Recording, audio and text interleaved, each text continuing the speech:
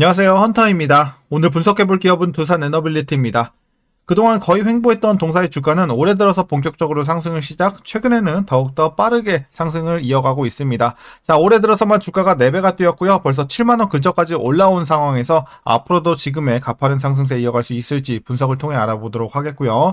자, 이제 보유자분들 대응이 중요하겠죠. 목표가 설정부터 물려 계신 분들은 없으니까 패스하겠고요. 이제 신규 진입 관점까지 다양한 투자 전략도 함께 알아보도록 하겠습니다.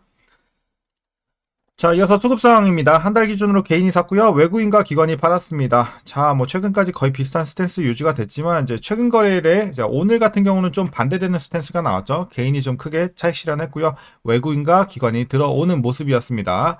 자, 이어서 신용 잔고율입니다. 2% 초반 정도 나오고 있고요. 큰 변동은 없습니다.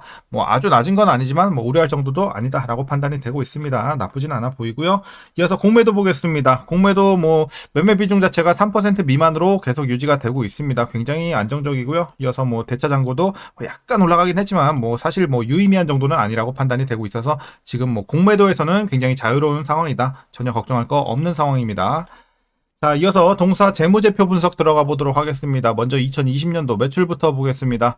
9조, 10조, 15조, 17조. 자, 이제 작년에 살짝 눌리면서 16조, 올해 횡보하면서 거의 비슷한 수치. 내년부터 이제 다시 한번 상승할 출발할 준비하고 있습니다. 그래서 향후의 전망은 괜찮고요. 자, 영업이익 보겠습니다. 과거 마이너스부터 이제 흑전 이후에는 1조 돌파, 1조 4천. 자, 마찬가지로 작년에 좀 눌렸습니다. 1조까지 떨어졌고, 올해 살짝 반등하면서 1조 1천. 엄청난 반등은 아니고, 내년부터 조금씩 더 폭을 늘려갈 것으로 보여지고 있습니다. 그래서 최근에는 어쨌든 실적으로 오른다기보다는 사실 테마 이런 재료로 상승하고 있다 이렇게 좀 보시면 될 것 같아요. 기대감. 자, 그리고 당기순이익도 이제 꾸준하게 작년에 저점 기록하고 난 이후에 반등세 이어가고 있습니다. 나쁘지 않아 보이고요. 자, 분기별로 그럼 전년 대비 영업이익만 한번 비교해 보도록 하겠습니다. 먼저 지난 1분기는 3,500대에서 1,400으로 이제 크게 눌렸고요. 2분기까지는 거의 횡보. 자, 3,000에서 2,900. 그래서 이제 그 폭을 점점 줄여가고 있고, 드디어 전년 대비 올라가는 구간은 3분기부터, 그러니까 하반기부터 진행이 됩니다. 1,100에서 2,800 3분기고요. 4분기는 2,300에서 3,600 크게 올라갑니다. 그래서 확실히 좀 기저과 더불어서 전년 대비 올라가는 구간은 하반기부터 기대를 해보자. 이렇게 말씀드리겠습니다. 자, 이어서 부채 비율 보겠습니다. 과거 다소 높았습니다. 200 중반. 자, 최근에 안정화 찾으면서 100 초반대까지 떨어졌습니다. 그리고 향후에도 계속해서 내려갈 것으로 보여지고 있어서 크게 우리가 재무 건전성에 대해서는 우려할 정도는 아니다. 괜찮아 보입니다. 자, ROE 보겠습니다. 과거에 좀 들쭉날쭉해요. 좋았을 때 10 정도. 자, 그리고 최근에는 0, 1, 4 회복을 되고 있지만 아직은 조금은 아쉬운 수치입니다. 내년 후년도 올라갈 것으로 보여지고 있기 때문에 시간을 두고 수익성은 차차 개선이 될 전망입니다. 자, 이어서 EPS도 마찬가지 흐름 보여주고 있습니다. 최근에 괜찮아 보이고요. 자, 아쉽지만 이제 배당은 과거에도 없었고 최근에도 일단은 예상치가 나오고 있지 않은 것으로 봐서 기대는 안 하신 게 일단은 좋을 것 같습니다. 자, 이제 마지막으로 현재 PER 113.78배, PBR은 4.74배 나오고 있고요. 자, 그리고 현재 주가 밸류에이션 상황은요. 자, 이제 주가가 굉장히 많이 올라왔기 때문에 약간의 고평가 구간에 진입을 했다라고 판단을 하고 있습니다. 사실 이제 6만 원대 요 정도에서는 이제 거의 적정 주가 근처라고 봤고, 지금은 이제 고평가 구간에 진입을 했습니다. 그리고 지금은 실적 대비 다소 좀 비싼 구간이다. 그러니까 지금 좋은 재료들 알겠는데 이거 다 반영을 해도 지금은 살짝 비싼 구간이 아닌가라고 판단하고 있습니다. 그래서 약간의 고평가라고 말씀드리겠습니다. 자, 이어서 동사 관련 이슈 한번 살펴보도록 하겠습니다. 자, 미국 정부의 인허가 기간 축소 정책에 SMR 시장 성장에 속도가 붙을 전망입니다. 지난달 미국 원자력 규제위원회는 뉴스케일의 SMR 설계를 승인을 했고요. 뉴스케일은 2030년 상업 가동을 목표로 프로젝트를 진행하고 있습니다. 그리고 두산에너빌리티는 뉴스케일에 납품할 SMR 주기기 소재를 이미 제작 중에 있고요. 조립 및 제작 관련된 이런 후속 수주를 기대하고 있으며 2030년까지 7천억 원을 투자를 해서 SMR 모듈 생산 능력, 캐파를 확대할 계획이 있습니다. 자, 그리고 원전 파운드리인 두산에너빌리티는 원전과 SMR 동시 수혜가 예상이 되면서 중장기 주가 밸류업이 기대가 되고 있습니다. 그래서 큰 호재가 또 들어오고 있습니다. 자, 그리고 국내 SMR 산업 기반 조성도 속도를 내고 있는 상황입니다. 황정화 더불어민주당 의원이 대표 발의한 이 SMR 특별법에는 기술개발 실증, 민간 기업 육성, 부지 확보 등 행정 재정적 지원이 포함되어 있는 점도 긍정적이고요. 자, 그리고 동사는 지난 22일이죠. 한수원과 3,300억 원 규모의 영동 양수발전소 1, 2호기 주기기 공급 계약을 체결을 했고요.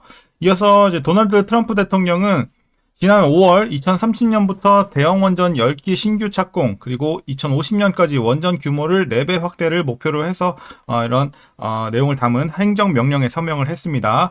이에 미국 원자력 발전소 기술 기업인 웨스팅하우스는 미국과 유럽에서 신규 원전 프로젝트 입찰에 나섰고요. 수주 잔고는 14기 이상으로 확대될 것으로 전망이 나오고 있습니다. 그리고 웨스팅하우스의 원전 주 기기를 공급하는 두산 에너빌리티 역시 이에 따른 중장기 수혜가 기대가 되고 있어서 또 크게 호재가 들어오고 있습니다. 미국에서 계속해서. 자, 뿐만 아닙니다. 이제 유럽도 기대가 되는 게, 자, 유럽에서 가장 강경하게 탈원전 기조를 유지했던 독일이 벨기에, 덴마크에 이어서 원자력 발전 반대 입장을 철회했다는 것은 어떤 좀 얘기가 되냐? 그러니까 최근 전력 산업 경향 변화를 또 드러내는 한 부분이 된다. 이렇게 좀 해석할 수가 있겠습니다. 그래서 이제 미국을 필두로 해서 빠르게 늘어나는 이 전력 수요에 안정적으로 대응하기 위해서 장기적으로는 원전과 SMR, 중단기적으로는 LNG 복합 발전으로 대응하는 전략을 취하는 국가들이 증가세를 띠고 있습니다. 자, 이제 마지막 이슈입니다. 최근 한수원이 체코 두코바니 5,6호기 신규 원전 사업을 최종 수주했고, 이제 두산 에너빌리티는 팀 코리아의 일원으로 이 사업에 참여를 했죠. 그래서 이제 원자로 용기와 증기 발생기 등 원전 주 기기를 납품할 예정에 있고, 사업 규모는 약 26조 원으로 굉장히 또 큰 프로젝트가 되겠습니다. 자, 그리고 이제 체코 원전에 대해서는 내년부터 관련 매출이 발생할 전망에 있고요. 그래서 향후 이제 실적 모멘텀으로 보시면 되겠고, 이제 폴란드 원전, 뭐 체코 테물린 원전 등 이런 추가 수주까지도 우리가 기대가 되는 현재 상황이다. 그래서 향후의 전망, 미래도 밝은 이런 뭐 굉장히 좋은 호재들이 뭐 가득한 상황입니다. 그래서 지금은 악재가 전혀 없고 호재만 넘쳐나는 상황이기 때문에 이렇게 빠르게 주가가 뭐 단기간에 4배가 올라가는 거겠죠. 자, 이제 최근의 이슈는 이 정도로 좀 마치도록 하겠고요. 이제 마지막으로 여러분들 그럼 투자 전략 설명드리면서 영상 마치도록 하겠습니다.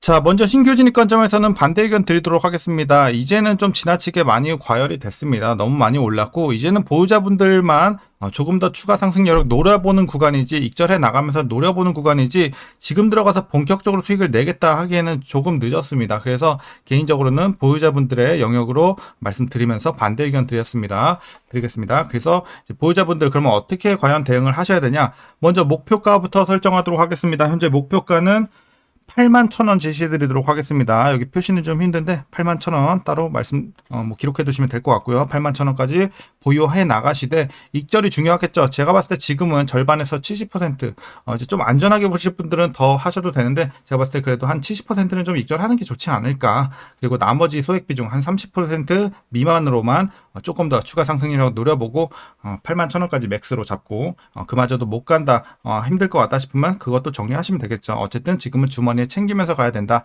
대부분 좀 챙겨 놓으시길 바라겠습니다. 자, 그리고 이제 마지막으로 위에서 물려 계신 분들은 없는 구간이죠. 신고가이기 때문에 딱히 말씀드릴 건 없을 것 같습니다. 그래서 오늘 전략은 여기까지 설명드리겠고요. 오늘도 그럼 시청해주셔서 감사합니다.